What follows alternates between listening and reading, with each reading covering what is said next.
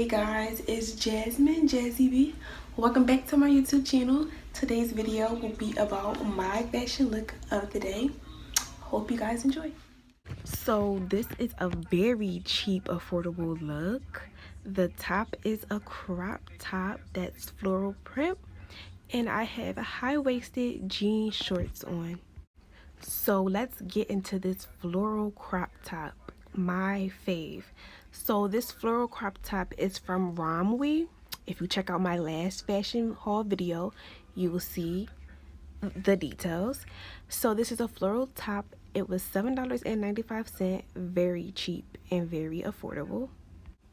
Let's get into my high-waisted shorts. They are from Forever 21. I paid no more than $20 for them. Still very cheap, very affordable. And as you see with my top, it can be worn off the shoulders, or on the shoulders. But these jean shorts are pretty cute and simple. So for this whole outfit, it was like no more than $30 at the most for this outfit, and very cheap. Okay, I definitely look like I work on a farm somewhere, a country girl. And thank you guys for watching. Subscribe to my channel.